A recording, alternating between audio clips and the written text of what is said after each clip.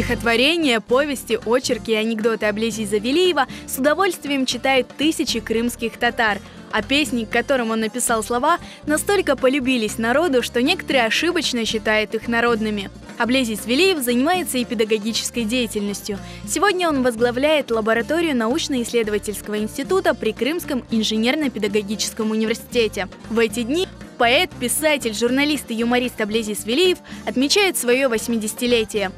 Өзіңнің ішіңнің нәтижесini көрсең, о куввет бере инсанға, о рухландыра, да çalışacağın келе. Менің да çıkмаған 8-10 кітабым бар, олар небет бекли, олар да çıksa мен да зияде куванacağım, Allah кысмет етсе. По случаю юбилея в Республиканской крымско-татарской библиотеке имени Исмаила Гаспринского провели вечер, посвященный Аблези Завелиеву. Поздравить именинника приехали его коллеги, друзья и близкие.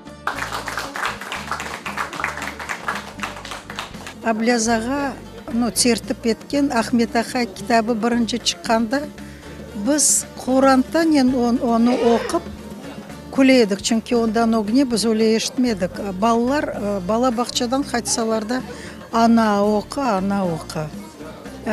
Сон Аблязаға білесіңіз, тынмаған, тоқтамаған, çalışқан бір адам.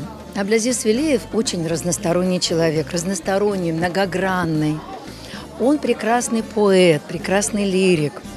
Он публицист, он журналист. Он написал серьезнейший труд о крымских татарах, участников Великой Отечественной войны, за которую получил премию Бекира Чобанзады.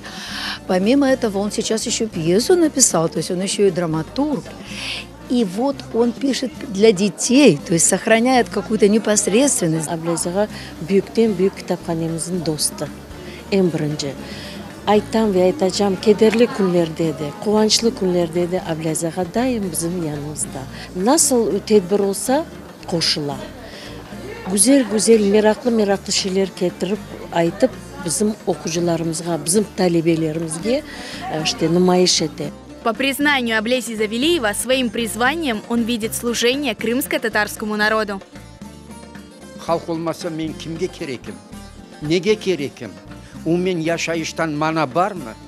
Айван кебі шығып отлап жүрмектен мана бар ма? Егер оғыңде мақсат olmasa, ve o мақсат саңа бір теселі бермесе, ана мен үшін yaşayışның манасы işte.